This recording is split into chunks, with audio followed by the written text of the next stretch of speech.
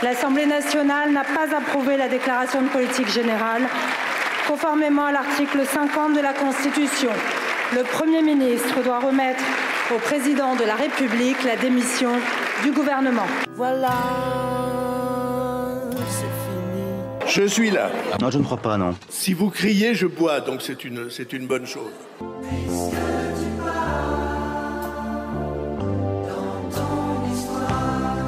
Ça se comprend, c'est en français, ça ?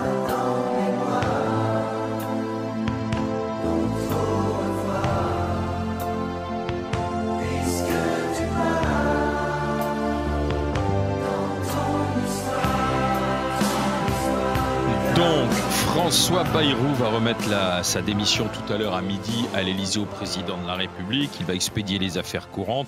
Charge ensuite au chef de l'État de nommer un successeur à l'hôtel de Matignon. Oui, ne tirons pas sur une ambulance ou sur un corbillard maintenant, puisque François Bayrou c'est terminé. Mais c'est vrai que 364 députés contre, c'est vraiment une raclée. C'est-à-dire que le bloc central, même avec la droite, ne peut pas gouverner. C'est ça que ça veut dire. Le problème, c'est que l'opposition est certes majoritaire, c'est aussi ce que nous montrent les chiffres, mais elle est divisée, puisque la gauche et le RN ne peuvent pas gouverner ensemble. Donc on se retrouve dans une situation bloquée. Emmanuel Macron promet de nommer dans les tout prochains jours un nouveau Premier ministre, un 5e Premier ministre en 2 ans et 4 mois. C'est un record sur la 5e République, lapsus avec la 4e. Et en fait, le problème, c'est que les mêmes causes risquent de produire les mêmes effets. Alors la nouvelle idée qui circule, c'est obtenir des socialistes un pacte de non-censure en leur promettant notamment de taxer les plus riches et sans doute de moins réduire la dépense publique. Le problème, c'est que Bayrou l'avait fait. Souvenez-vous, à son arrivée, il avait dealé avec les socialistes. C'est comme ça d'ailleurs qu'il a fait passer son budget en promettant notamment de revenir sur la réforme des retraites et puis ça s'est mal terminé. Alors tout à l'heure, on fera la liste qui s'allonge des candidats à Matignon. La dernière en date, c'est Madame Braun-Pivet qui est visiblement s'impatiente, qui voudrait y aller. Elle l'a dit ce matin chez nos confrères d'RTL. Mais avant cela, est-ce que vous êtes inquiet par cette situation qui paraît complètement UBS? Jean-Loup Bonamy. Ah, moi, comme ça. Mais bien sûr. Point. Ah bon, carrément. On a besoin de l'analyse d'un philosophe. Ah bon? Eh ben, écoute, oui, inquiet, mais bon. Alors, j'ai l'impression que ça t'amuse. Non, mais inquiet par la catastrophe, la situation catastrophique dans laquelle est la France. Et, si tu veux, le renversement de notre ami François Bayrou n'est plus vraiment une surprise, hein, on savait. Donc, moi, non, je suis un peu... Ce qui m'amuse, par exemple, c'est les chiffres que tu donnes. Là, j'ai entendu, je ne le savais pas, que 364 députés avaient voté contre lui. C'est-à-dire, là, je pense que c'est quand même un exploit. Si on prend les chiffres, il y a plus de députés qui ont voté pour le renverser que lui n'a passé de jours à Matignon. Parce qu'il est loin d'avoir passé 364 jours à Matignon. Donc, si tu prends un député opposant pour un jour passé à Matignon, il y aurait eu beaucoup plus d'opposants que de jours passés à Matignon.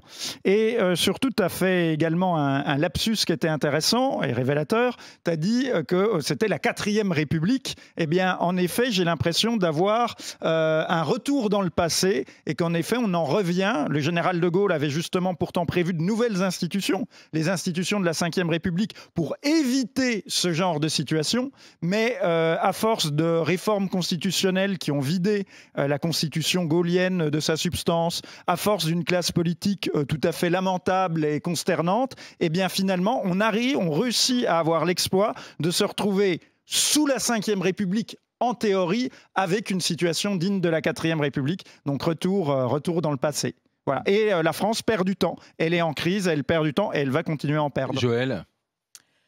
Moi, je suis assez inquiète pour la France et notamment, je sais que c'est le moment politique où on analyse les petites stratégies de chacun, mais il y a le quotidien des gens et il y a 2 catégories de personnes. Il y a des gens qui sont actuellement en place, c'est-à-dire qui sont en poste, qui ont un logement, et qui souffrent peut-être de ne pas avoir assez de revenus, mais dont la vie est assez bien cadrée. Et tu as ceux qui cherchent à accéder à la vie, notamment à l'emploi, et qui sont complètement bloqués. Il faut voir les jeunes de maintenant qui cherchent une alternance, qui cherchent un premier emploi, qui cherchent un premier logement. À quel point ils sont complètement bloqués par cette situation. Et donc cette situation aggrave ce qu'est déjà le pays, puisque ce pays favorise ceux qui ont déjà tout et s'occupe pas beaucoup, malgré un système social, de ceux qui cherchent à accéder à quelque chose. Là, c'est puissance 1000. Donc moi, je veux bien que Boris Vallaud-Belkacem, pardon, je dois Boris l'appeler. Vallaud. Non, Boris Vallaud-Belkacem. Oui, c'est vrai qu'il a Boris il a les deux noms. Vallaud-Belkacem. Donc, je me suis dit, oui, Maurice Vallaud, hein, Oui, Maurice Vallaud, enfin Boris quelque Vallaud, chose comme ça. tu l'appelles Maurice? soit candidat Parce que à personne ne sait qui Matignon, c'est en vrai. et que Madame Braun-Pivet soit candidat à Matignon. Mais il y a des gens qui sont candidats à la vie, à la simple vie, à un emploi, à un logement, et qui n'y arrivent pas. Donc, je suis désolée, je m'en fiche des candidats à Matignon. Moi, je m'occupe de celui qui est à l'Élysée. Et tu es affligé, tu as les bras ballants, t'en as marre, tu regardes. Mais je suis anesthésiée, je ne suis pas affligée, je suis anesthésiée. J'attends le prochain qui va durer 3 ou 4 mois ou 6 mois. En attendant le suivant. En attendant encore le suivant. J'attends 2027 comme beaucoup de Français. Oui, c'est ça le problème, c'est que Joël, c'est que à la limite, peu importe le casting, c'est que qu'est-ce qu'on fait et qu'est-ce qu'on peut faire. Or, quel que soit le nom qui sortira du chapeau de l'Élysée, on sait que la personne sera obligée de faire un budget qui sera beaucoup moins ambitieux que celui de Bayrou, qui était déjà pas très ambitieux, et ça va durer comme ça jusqu'en 2027. En fait, on est là à se dire qui va à Matignon, mais c'est surtout mais qu'est-ce qu'on va faire et surtout ne pas faire. On peut pas à la fois, et Bayrou du coup a été assez factuel et réaliste, dire il y a urgence à réduire nos dépenses publiques et se dire non, finalement attendons 2027 parce que de toute manière on ne peut rien faire. Et Moi, je n'attends plus rien de cette classe politique, mais plus rien. Je suis dégoûté. Dégoûté, complètement. Et certainement pas de Maurice Vallaud. Non, mais de personne, d'aucun de tout cela. Je n'attends plus rien d'eux. Ces gens-là ne s'occupent pas de la France et se foutent de la France. Ils sont en rupture totale avec la population. Ils ne pensent qu'à leur intérêt partisan. Et c'est plus possible, quoi. C'est plus possible parce que pendant ce temps, le match continue. On est engagé dans une compétition internationale qu'on est en train de perdre ou qu'on a déjà perdu. On est engagé dans une compétition nationale et on est en train de tuer nos propres joueurs, quoi. Tout ça pour l'intérêt partisan de quelques gugus, quoi. Qu'ils soient d'extrême droite, d'extrême gauche, du centre, de gauche, de droite, je m'en fous. Moi, je ne leur demande qu'une chose, c'est d'essayer de s'entendre pour tirer l'équipe de France et gagner. Et à la place de ça, on nous tire dessus. Ils nous tirent dessus. Et c'est inadmissible. Mais est-ce qu'on imagine un seul instant une entreprise dont les salariés diraient « Ah ben non, mais moi je ne pense pas comme lui, donc je ne travaille pas. Moi je ne pense pas comme lui, donc je ne travaille pas. » Non, une entreprise, il y a des intérêts divergents, il y a des gens qui ne pensent pas la même chose, et tout le monde avance sur la même ligne quand même, quoi. On fait fi de ces différences et on avance, parce qu'on a l'esprit d'entreprise. Ils ne peuvent pas avoir l'esprit français, un petit peu. Il y en a un certain nombre qui se présentent comme des super patriotes. Oui, mais... Ils ne peuvent pas avoir l'esprit français. À la place de ça, on nous dit, on va demander la dissolution, mais on sait très bien que dissolution, c'est peut-être la seule solution. On repart sans doute pour la même chose, parce qu'on aura encore 3 tiers, on n'aura pas de majorité. Et d'autres nous disent... Pardon, mais non, mais alors ça, t'en sais rien du tout. Mais moi, je ne joue pas la France au dé, je suis désolé. Il y a une situation. C'est pas la France au dé, quand tu donnes la parole aux Français. C'est ça la démocratie. Il y a une situation qui dépend d'un régime qui s'appelle la Ve République, qui est un régime présidentiel. Le président décide s'il démissionne ou pas. Il a le pouvoir de son propre avenir. On sait tous, c'est quasi certain, qu'il ne démissionnera pas, donc on en a pour 2 ans encore. À partir de là, tous les politiques doivent faire l'analyse de ce temps-là et jouer la France. Et donc s'entendre. Il n'y en a qu'un, moi, hier soir, qui m'a donné un petit peu de baume au cœur dans son idée, c'est Attal, quand il a dit qu'il faut nommer un négociateur, parce que peut-être faut-il renverser le problème, essayer d'abord de faire ensemble un gouvernement ou un ersatz de gouvernement, et après nommer un Premier ministre. Il ferait quoi le négociateur? Il travaillerait à nommer un gouvernement d'entente et d'union nationale. Ça, c'est le rôle d'un Premier ministre. Quand on dit d'union nationale, on me dit c'est de la folie, c'est n'importe quoi. Mais en attendant, on est dans la 4e. Donc on n'est pas à Hollywood. On nomme pas des négociateurs. C'est pas une prise d'otage, c'est la démocratie. Je suis désolée, Jérôme, c'est la démocratie. On a eu un président d'ailleurs auquel on se réfère constamment, qui est De Gaulle, qui a démissionné. Et la France est toujours là, sur pied, avec ses institutions, avec sa 5e République, avec plusieurs élections de président après. Donc, qu'on ne me raconte pas des bobards en me disant que si Macron démissionne, ce serait la fin de la France. Ah oui. C'est pas vrai. On a des institutions qui sont assez fortes. Et d'ailleurs, elles sont là, affaiblies par cette situation. D'ailleurs, dans certains sondages, aujourd'hui, il y a plus de Français qui réclament la démission d'Emmanuel Macron que la dissolution. C'est-à-dire qu'on voit bien que la pression maintenant est exercée contre le chef de l'État. Le pouls de la France, le fusible a sauté. On va le prendre dans les GG là maintenant en étant du côté du Gard et des Vosges, les Vosges avec Séverine. Tiens, elle est infirmière. Bonjour Séverine. Bonjour. Bonjour. Alors, est-ce qu'aujourd'hui vous êtes désespéré par la situation ou pas? Alors dites-moi. Ah oui, complètement. Mais ça fait longtemps que moi je suis désespérée par la situation de toute façon. À partir du moment où on a fait les dernières législatives, et où il y a eu un front républicain pour voter un parti, pour bloquer un parti, on peut être de n'importe quel parti, hein, c'est pas la question. Mais quand on regarde l'état du Parlement, il n'y a aucune majorité. Donc on est n'importe quel Premier ministre, de toute façon, à cette heure-ci, ça sera totalement ingouvernable jusqu'en 2027. La meilleure solution, c'est de repasser devant les urnes, alors qu'elles soient présidentielles ou législatives. Mais là, il faut se rendre compte que nous, là, à cette heure-ci, on est tous dans une panade totale avec leurs conneries.